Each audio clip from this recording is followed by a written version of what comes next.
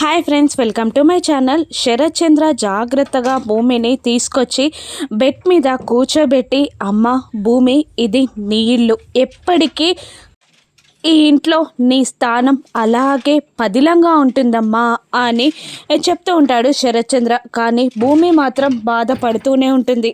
ఇక మరోవైపు భూమి హాస్పిటల్ నుండి డిశ్చార్జ్ అయి శరత్ చంద్ర ఇంటికి వెళ్ళిపోయిందని గగన్ శారదకి చెప్పగానే, భూమి అలా ఎలా వెళ్ళిపోయింది, అలా వెళ్ళేటప్పుడు మనం గుర్తురాలేదా, మన ఇంటికి రావాలి అనిపించట్లేదా అని శారద గగన్ని అంటూ ఉండగా, ఇక గగన్ శారదతో అవన్నీ భూమి ఉన్నప్పుడు అడగాల్సిన మాటలమ్మా అని అనేస్తాడు. ఇక పూర్ణి బాధగా, రాత్రి నువ్వు భూమి కోసం ఎంత ప్రేమగా రూమ్ రెడీ చేసావన్నయ్యా అని అంటూ ఉంటుంది. ఇక గగన్ చేతిలో ఉన్న నెక్లెస్ని చూసి, ఏంటి నాన్న ఇది అని అడుగుతూ ఉంటుంది శారద. భూమికి గిఫ్ట్గా ఇద్దామని తీసుకెళ్ళానమ్మా అని అనగానే శారద ముఖంలో ఒక చిరునవ్వు కనబడుతుంది.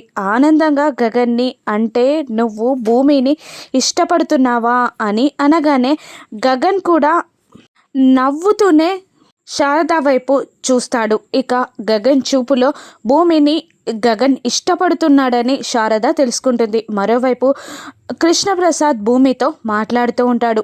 నువ్వు శరత్ చంద్ర రక్తం పంచుకొని పుట్టావని మీ నాన్నకి తెలిస్తే నువ్వు మీ బావని అడిగితే ఇవ్వడా అమ్మా అని అంటూ ఉంటాడు కృష్ణప్రసాద్. ఇస్తాడా అన్నట్టు ఆశగా అతని వైపు భూమి చూస్తుండగా, ఇస్తాడమ్మా, మీ బావని నీకే ఇచ్చేస్తాడు అని కృష్ణప్రసాద్ భూమికి ధైర్యంగా చెప్తూ ఉంటాడు. ఇక శారద భూమి గగన్ని కలిపే ప్లాన్ చేస్తుందా?